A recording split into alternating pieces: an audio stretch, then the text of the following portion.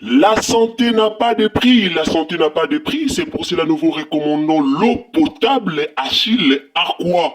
Déjà à Kinshasa, tout le 24 communes, Achille Aqua, l'eau potable est là. Les abonnés de la chaîne YouTube Xile Botelwa, nous vous recommandons l'eau potable Maya Peto, Maya Kimia, Maya Bangelou. Senga Achille Aqua, partout où vous êtes, le numéro est là. Écrivez-nous, appelez-nous, contactez-nous. Nous sommes là et la livraison à domicile, ça s'est fait avec beaucoup de sécurité. Achille Aqua, Maya Kimia, Yapeta.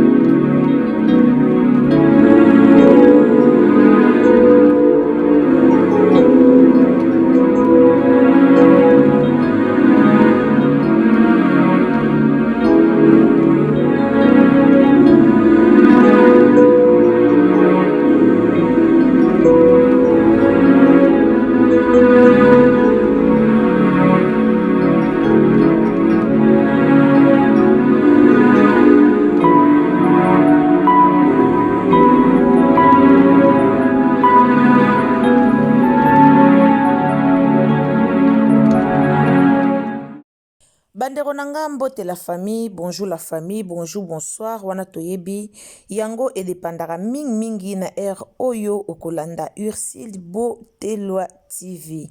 Na pesi bino mbote na kombo na Yesu, mbote na bandaku na bino, mbote esika nyonso oyo ezwami biso. Bandeko nanga naza sur bomoni na teli bino mapasa na biso na kombo ya Ariashu na Jaria.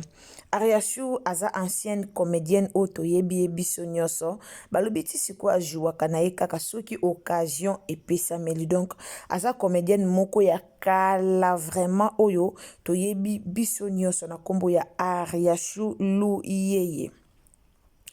Ariashu aza comédien ya lelote, comédienne ya lelote o abimi na maboke lelote, aza comédienne moko oyo abima kala na monde ya théâtre.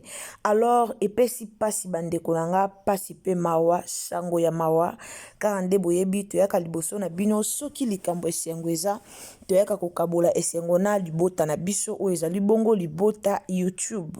Alors soki likambo pe ya mawa eza toyaka kokabola yango toujours na libota YouTube. Alors bandeko bolandaka Ursile Botelwa TV na pesi bino penda ba mbote sika bozali nzambe nanga apambola bino. En tout cas prière na biso ezalaka nzamba sungaka bino bozangaka mbongo ya kosombaka wifi te po bosutenaka biso musala na biso ekendaka toujours liboso.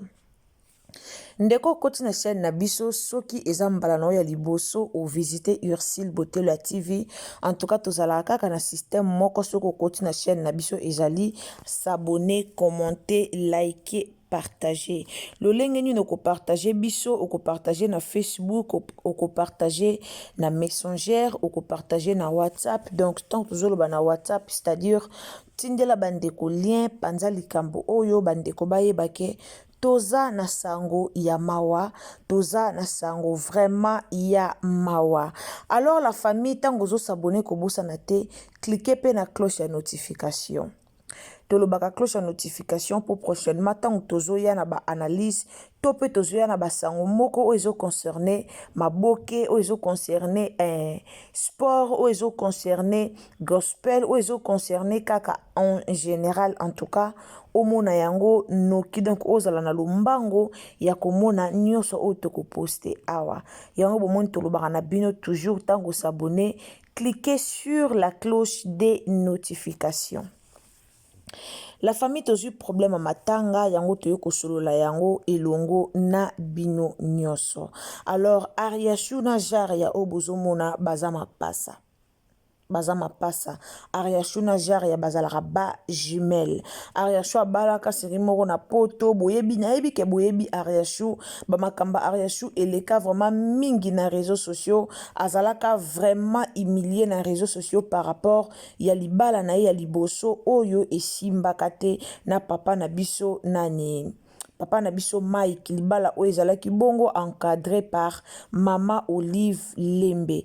Alors Ariachou après libala na ye akomaka lokola mutu moko azwaka basi au ménage akomaka vraiment abattu akomaka vraiment so ndenine après libala na ye o ye moko ayaka ko témoigner na TV.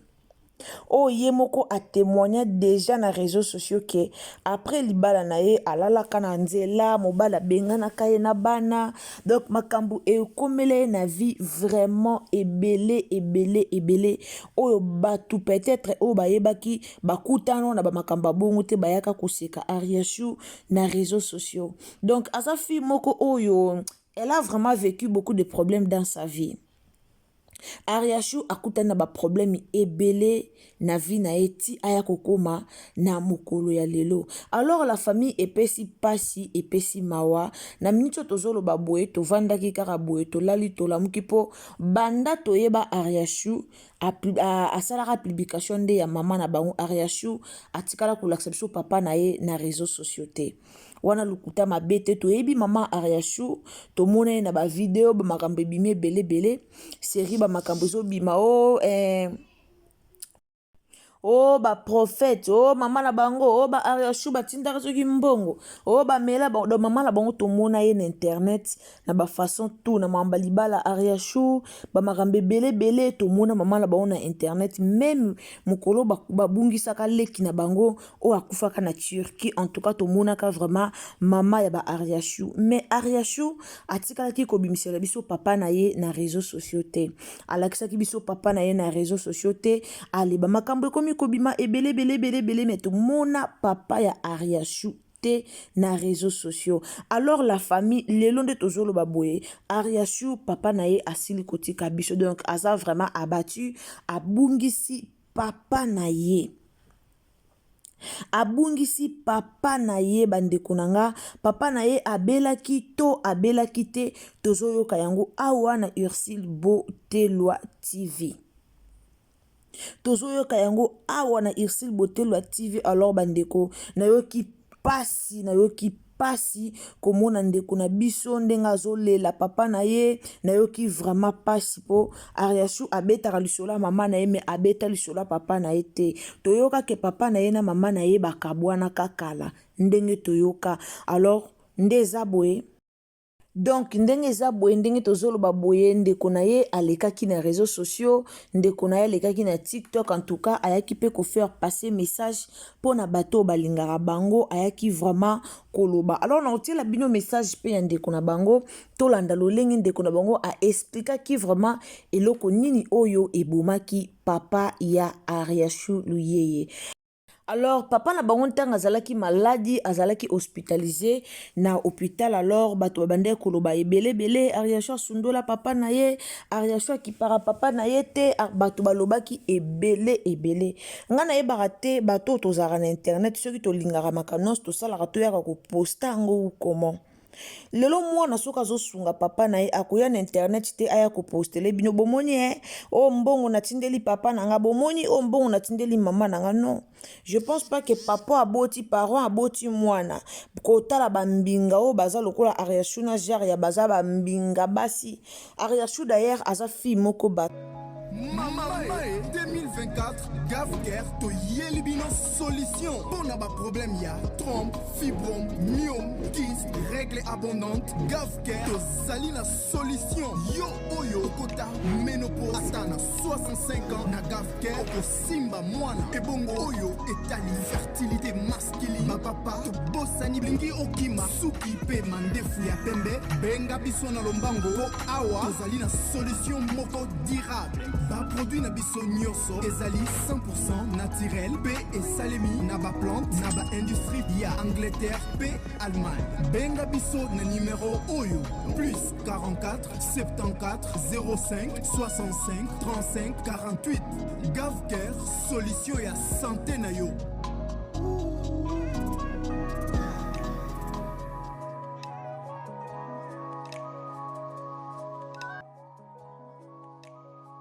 azo bunda vraiment abundaka malgré batu bafinga ye malgré bafinga ye pona libala na ye.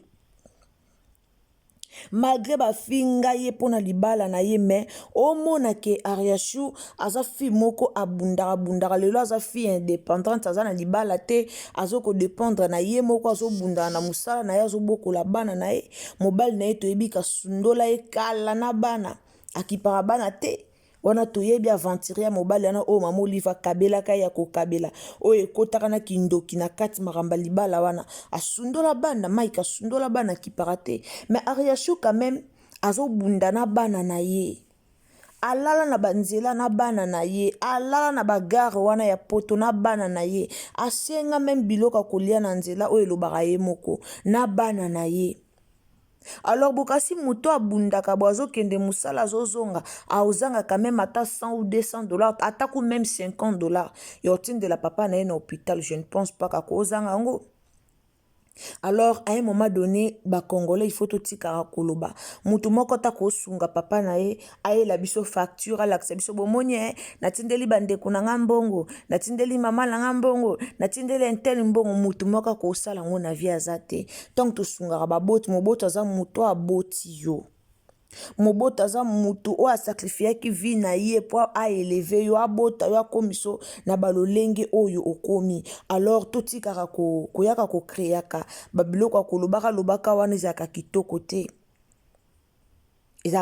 te Ariashu na ndeko na ye basalaka na poto jari azosala lipasa na ye azalaki na Kinshasa me Ariashu abunda po abenga lipasa na ye na poto wana série wana internet zoya kokosa ke Ariashu azobengisa mobali Ariashu abomi libala po abengisa mobali na poto Ariashu abomi libala po abengisa mobali na Kisasa bengise na poto mais ezaki série o abande ko bunda po abengisa lipasa na ye na poto mais bato balobaka ebele po na ye boke musika ti bolobi asungaki papa na ye te azaki obligé te ya koyana ba capture ko lakisa bino le lenga bande ko sunga papa na ye epesi pasi na yokeli ye mawaza mwasi moko aleki na ba problème ebele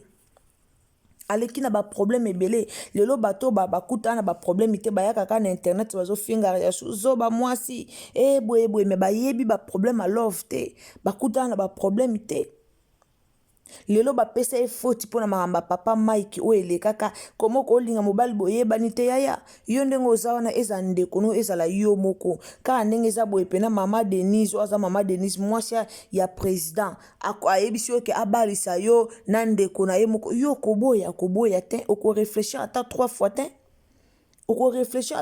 te na mikolo yo na mikolo tozomona batu bakomi kolinga mbongo koleka bavina bango moko combien de mabala oyo ezosalama par influence mabala ebele ezosalama kaka par influence pourquoi azoluka mobala mbongo do ata bolingo eza te me azwaka mutu mo baza na mbongo tomona ngo ezorenye ezosalema.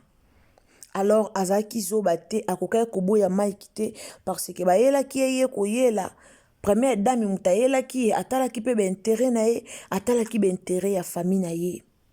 Alors epesi pasi ndeko mwasi baza mibale na lipasa na ye babungisi papa na bango eza pasi makasi nayebi shoka kobungisa papa nga na ochobungisa papa na nga pa memi inane nayebi pasi ya kobungisa papa ndenge ezalaka pasi ya kobungisa papa. Des fois on a besoin de l'amour d'un père mais il y en a pas parce que papa est mort.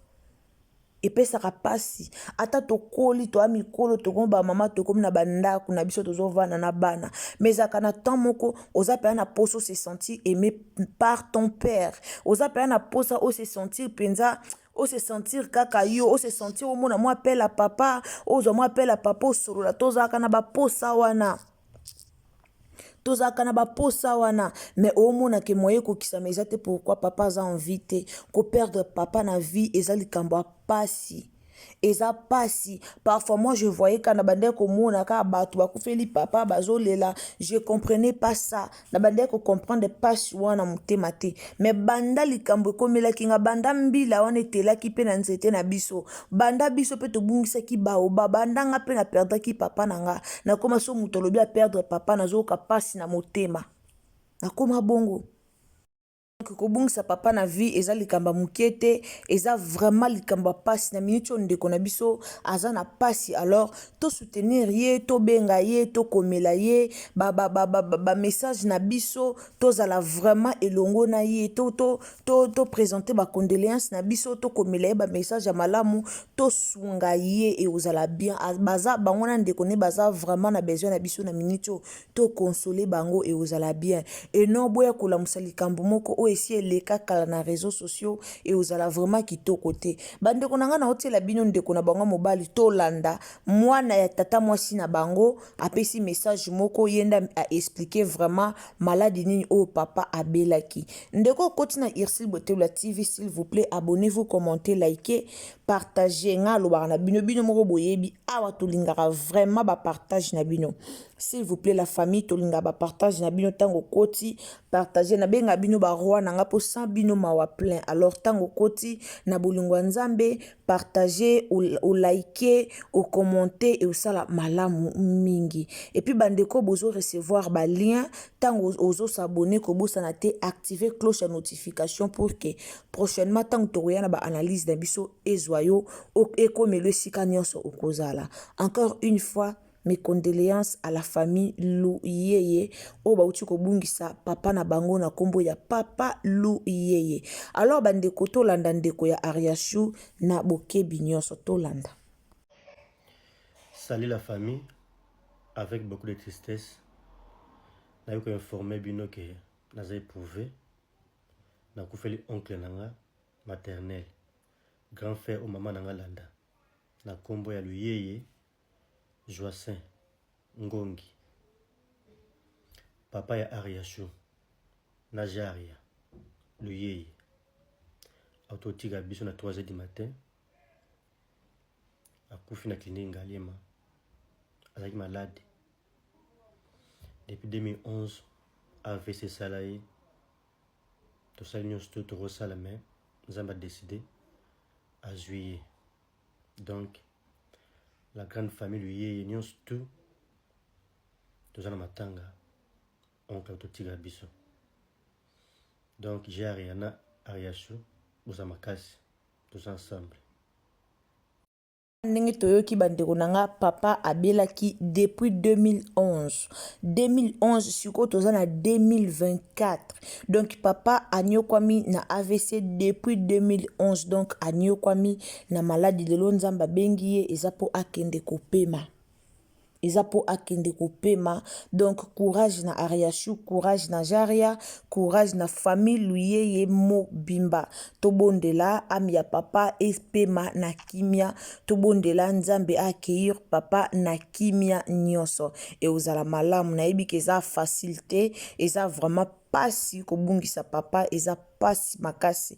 Mais papa abelaki depuis 2011. Alors nzambe asunga. Donc ti makamne soso komela Ariashu, ti ba problème e komela na vie, ti to ya tomatisa na ba miniature, bata ko finga baya ba finga, bata ko kondane baya ba kondana, bata ko loba baya ba loba. Donc ti to loba, ti batu ba loba ebele o batu ba loba ki pona Ariashu, ba problème nyonso o ya vécu. Donc ba problème nyonso o akutani nango eza na libala na ye, ezala pona bana na ye, ezala na mobala yo ayaki kozwa sika. Donc ba problème tout o Ariashu kutani nango ezalaki toujours na se ya malade ya papa na bango. Bomona que elle était vraiment abattue.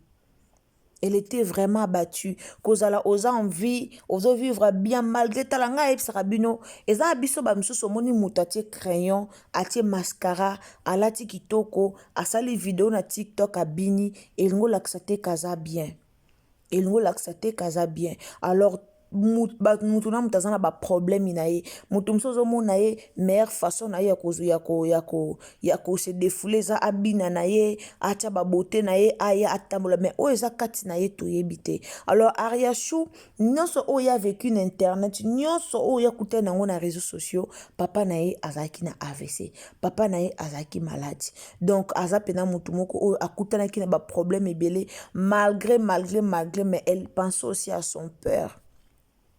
Abanda pe ko kanisa ke papa moko abotanga tala papa soko aboti yo ata kipa yo te na vie, ata o papa na nga kuta kipanga te mais soki oyoki papa no aza maladi esala motema pasi esala opasa. Alors molimo ya papa Joacin Luyeye epema na kimia. Encore une fois mes condoléances à la famille Luyeye. Alors ndeko kotina Irsil Botelo TV, partagez biso partout, WhatsApp, Messenger, Facebook, tindela ba mina yo, tata na ba groupe a famille pona koluka kopanza nouvelle oyo toza nango na mokola lelo. Alors ndeko ozo s'abonner, soki zambala liboso tango ozo s'abonner, cliquez cloche à notification pour que prochainement Olanda lisusu nini o Irsil Botelo TV akoya nango. Ndeko emelenga video nzambalula pambola yo. Emele biso vidéo vraiment nzambe ako pambola yo. Alors merci beaucoup na bato bosala ba remarque na chaîne na biso. Merci na bato bobenga biso, merci na bato bopesa biso pe mayele ya kokoba lisusu na kosala musala na biso lolenge oyo e sengeli. Tokutani à la prochaine occasion. Bisous. Bye. La santé n'a pas de prix, la santé n'a pas de prix, c'est pour cela nous vous recommandons l'eau potable Achille Aqua. Déjà à Kinshasa, tous les 24 communes, Achille Aqua, l'eau potable est là. Les abonnés de la chaîne YouTube Xile Boteloa, nous vous recommandons l'eau potable Maya Peto, Maya Kimia, Maya Bangelou. Senga Achille Aqua, partout où vous êtes, le numéro est là. Écrivez-nous, appelez-nous, contactez-nous. Nous sommes là et la livraison à domicile, ça s'est fait avec beaucoup de sécurité. Achille Aqua, Maya Kimia, Yapeto.